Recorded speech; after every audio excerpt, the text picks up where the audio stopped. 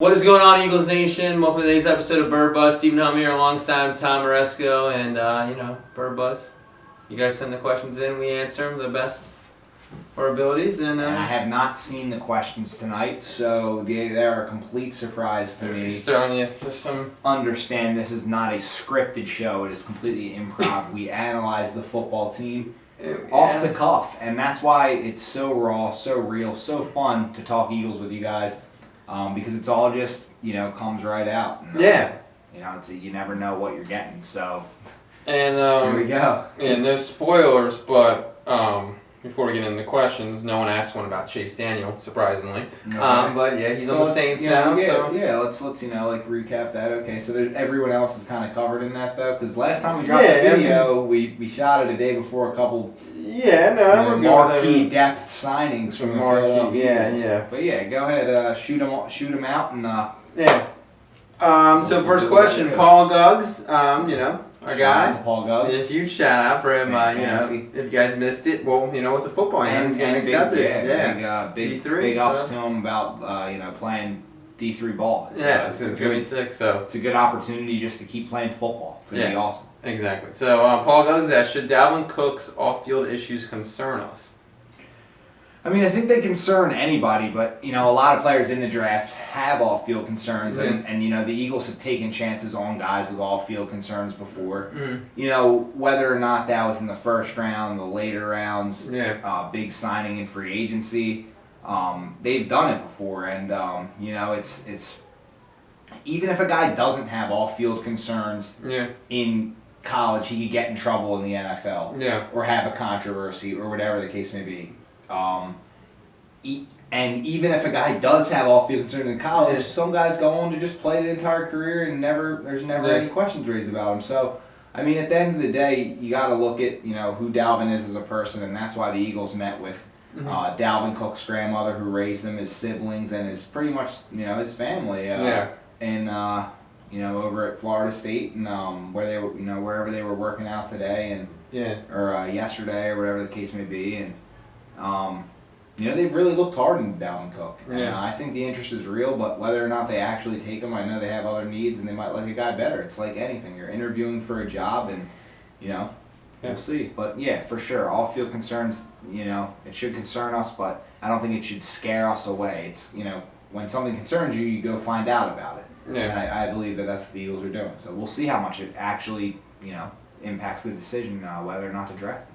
All right. So next question, that Ninja Zay asked, if the Eagles were to add an RB in the first round, McCaffrey or Cook, where would their offense rank compared to other NFC East offenses? I mean, it just depends then on the development of all these guys and seeing, what they can do together. And how quickly they can gel, because last year you saw a team in Dallas that added a new QB and a new running back, and behind the best offensive line in football, absolutely dominated the NFL, or at least their schedule. They really torched through the league with just a couple explosive playmakers. So you see what Wentz can do, see what Alshon's been able to do with quarterbacks that are presumably worse than Carson Wentz. So, adding a guy like Dalvin Cook could be like adding your top tier running back that can make plays given one touch. One touch and he could be gone, and that can change a game completely. So, and then you just like Dalvin Cook last year played against Clemson, and he rushed for 169 yards and 4 touchdowns. Yeah, it's crazy. Won the national championship. So I'm sorry. I mean, at the end of the day, you have to look at what the guy does on the field. I mean, I'm okay. His slow 3-cone time didn't stop him from going for 169 and 4 touchdowns against the best team in college football that went on to win the national championship. So, it speaks for itself. And not only that, but his sophomore year. Let me just plug Dalvin Cook real quick. His sophomore year, he ran for, I believe, 1,700 yards and 19 touchdowns on like I think a 7 yards per carry average. Jesus. They lose Jameis Winston. Yeah. They win the national championship, and then they lose Jameis Winston.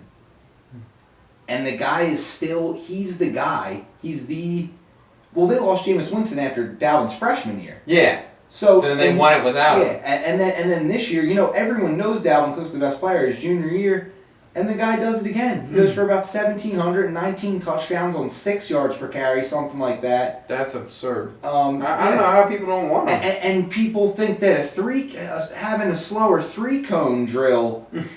I mean, come on. The guy is a straight monster. If any other running back was doing that, well, I mean, I don't know why Dalvin Cook's being looked at as, not. I mean, maybe it's just a couple Eagles fans. I think a lot of people do like Dalvin Cook, but there's a lot of people on Twitter, I feel, that have a certain hate for him, and it's like, dude, the guy's just a monster. Yeah. It's that simple.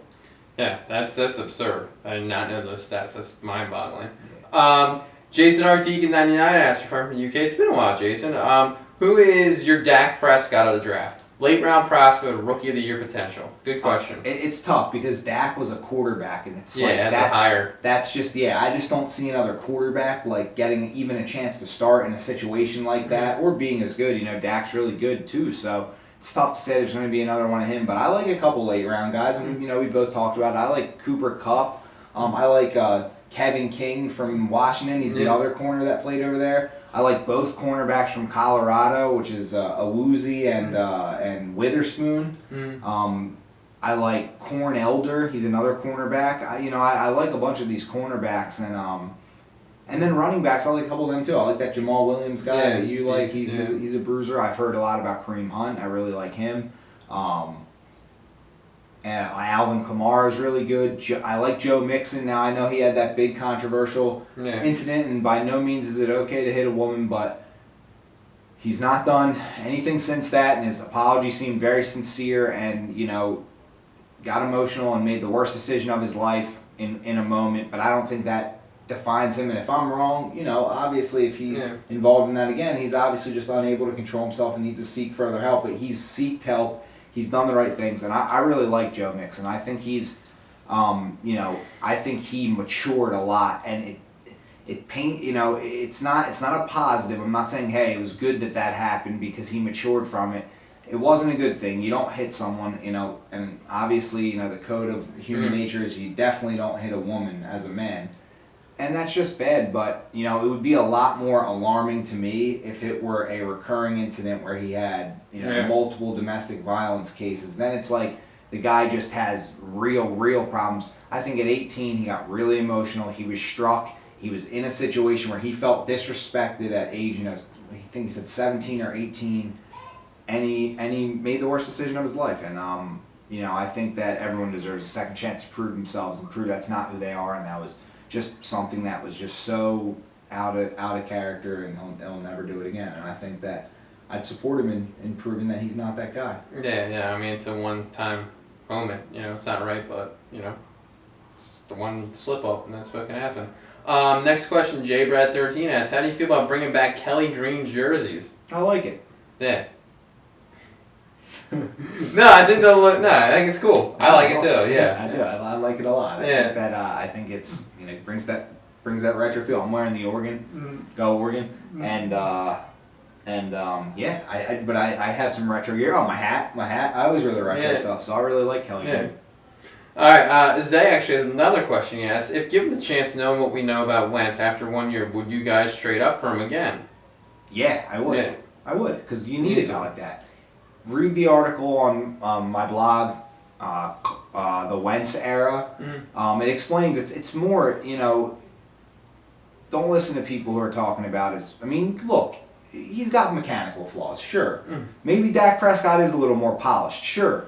But I'm sorry, Carson Wentz brought something to the Eagles that no one has since Donovan McNabb, and we had to go get that guy. They knew he was the guy. It's more than just like a couple bad mechanics. He'll work on that. That's coachable. His presence and energy and ability to draw talent to this team. I mean, Alshon Jeffrey referenced him as one of the big reasons he took Philly over other teams. And another team that was knocking was Indianapolis. And that's what Carson Wentz did. He made Philadelphia back into a place that seemed more like a long-term home. A tough city that's really all about football, and guys like Alshon Jeffrey and his agent, they know that. And if these fans get behind you, you're getting a huge check from Mr. Howie Roseman next season. So, look, the bottom line is Wentz made all that, like he completed that piece. They had everything they needed. He just needed the quarterback. They needed a friendly Doug Peterson that people probably don't really take seriously. Yeah. And then Carson Wentz, who people do take seriously. So that's kind of it. Exactly. Yeah. Collins Deli asks, who are your top 5 players in the draft for the Eagles?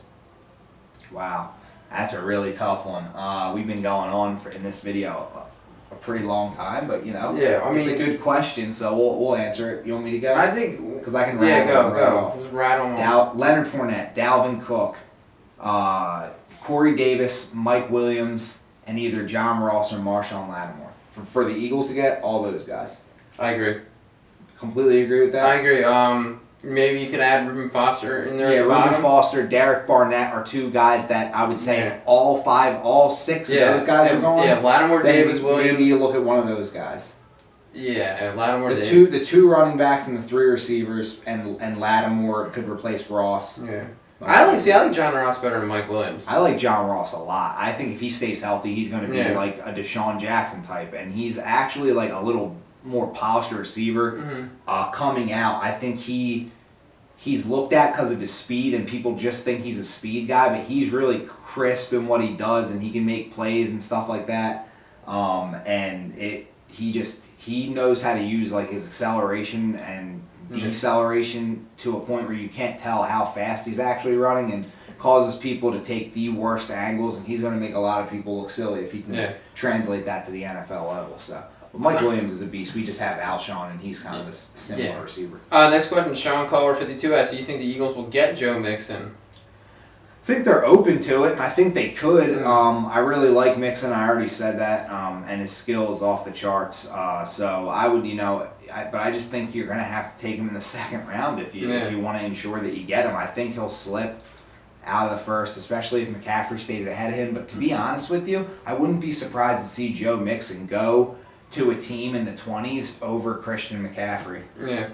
Even maybe in like if Dalvin and Fournette are both gone and like the Redskins want they're just like one of those. There's just all it takes is that one team that just wants to take some random risk and take Mixon in the 1st round. I don't know. It might not happen. Like obviously there's like very low chance that it happens. I mean he's been everywhere from undrafted to 3rd round to 4th round to 2nd round now. I just think he keeps going up, and I think that all it's going to take is a team to think, wow, this kid actually. I don't know about 1st. That's like that'd be really crazy. You never know. But 2nd would be wild. Got teams like the Packers need a running back. You never know. Yeah, it's true. Next question. It's Miles asks, will Chris Long be a productive player for his role? Yeah, I think that you can expect him to give 100% effort. Yeah. And he's a professional, and he's been through every possible thing from being a 2nd rounder to being labeled somewhat of a bust to having that Brandon Graham resurgence at in his prime and being a pretty serviceable player to now late in his career where he just won a Super Bowl, and now he's just coming to Philly as he's just good team guy for sure. He's a team guy for sure, and I think he's going to provide leadership and professionalism, similar to what Barwin kind of did. Yeah. Likable guy, did a lot of work in the community, has fun, and he's more of a 4-3 fit though. He's a natural 4-3 fit, and he's way cheaper than Connor Barwin. So that's kind of why I think he is a good pickup. Yeah, and I think it'll be nice too. Next question, Billy Eberline 28 asks, sorry Billy, what grade would you give the Eagles so far with their offseason moves? I'd give him an A. I'd give him an A for Alshon, because that's literally the only thing that was on my mind. If we could get Alshon Jeffrey, Terrell Pryor, Brandon Cooks, those were the 3 guys that I was saying in the very beginning of free agency. And I loved all 3 of them, and I still think they're going to do really well at their teams. But we got one of those 3, and that's all I cared about. We also added Torrey Smith, Chance Warmack, signed Steven Wisniewski to a big deal. Got Long and Patrick Robinson. Hopefully they play Robinson in the nickel. It's crucial in this division to have a nickel corner that can cover, because we got Odell Beckham who can line up there. They have Sterling Shepard who's gonna line up there. and he's a nightmare. Cole Beasley. They have Cole Beasley in Dallas, and then they have Jamison Crowder in Washington. And we don't have corners that can stick with guys like that. Luckily, we have an offense that's now going to be able to score, and hopefully they get another big-time weapon in the first round.